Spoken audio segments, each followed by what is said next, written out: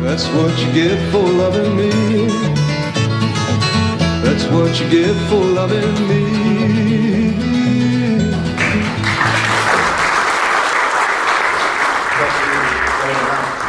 It's almost 3 years since the forced amalgamation of councils, and it's time to focus on the outcomes of these changes. Many of you know what has happened to services, representation, advocacy and consultation in the new Northern Beaches Council, but I wish to focus on the financial outcomes of the merger, because much was made by the government and proponents, supporters of the merger, of all the financial benefits. In my opinion, in financial terms, the merger is an utter failure. And we are seeing a sea of red ink in shortfalls and deficits. The government and the Office of Local Government are keen to keep hidden, like the KPMG report, the outcomes of the merger. The new councils do not want any comparisons with the amalgamation proposals or any comparisons with the old standalone councils. So there we have it. The governance of this process has been scandalous.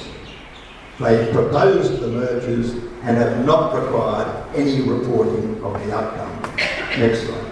We have undertaken some analysis of the results of the data that we could find, and we looked at these proposals of the councils and of the old standalone councils.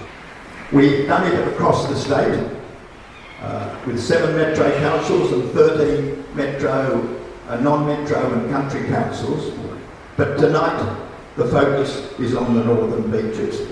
It's interesting, for those of you not commercially minded, you probably haven't read the operating plan for 18-19 in much detail. But the key thing to me is that there's no prior year comparison in budget areas like environment and sustainability, parks and recreation, corporate support services, governance and insurances.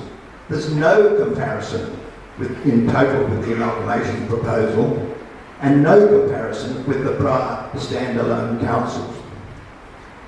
In the commercial world where I came from, if you put a merger forward and use shareholders' money to fund it, then you would report to the shareholders how you got on.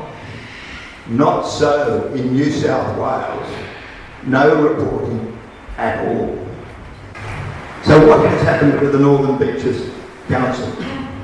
The amalgamation proposal had in the year 18-19 a surplus of 6.1 million. What has the council delivered, or say they're going to deliver? 8.7 million. A shortfall of $7.4 million. Almost 50% of what was in the amalgamation proposal. It's not a surprise that they don't want to report it. It's equally important to look at what was it like compared to the standalone councils. The 3 standalone councils 4 years ago in 14-15 had a surplus of 14.2 million. Again, the operating plan 8.8, and the variation is negative 5.4. So can I emphasise that the amalgamated council is producing less surplus than the old 3 councils together. So where are the merger benefits? Where are the merger savings? So the conclusion that I have come to is that unless the council can explain what has happened, it looks very much to me that the proposal put to you as a community was unreasonable, misleading, and maybe even deceptive.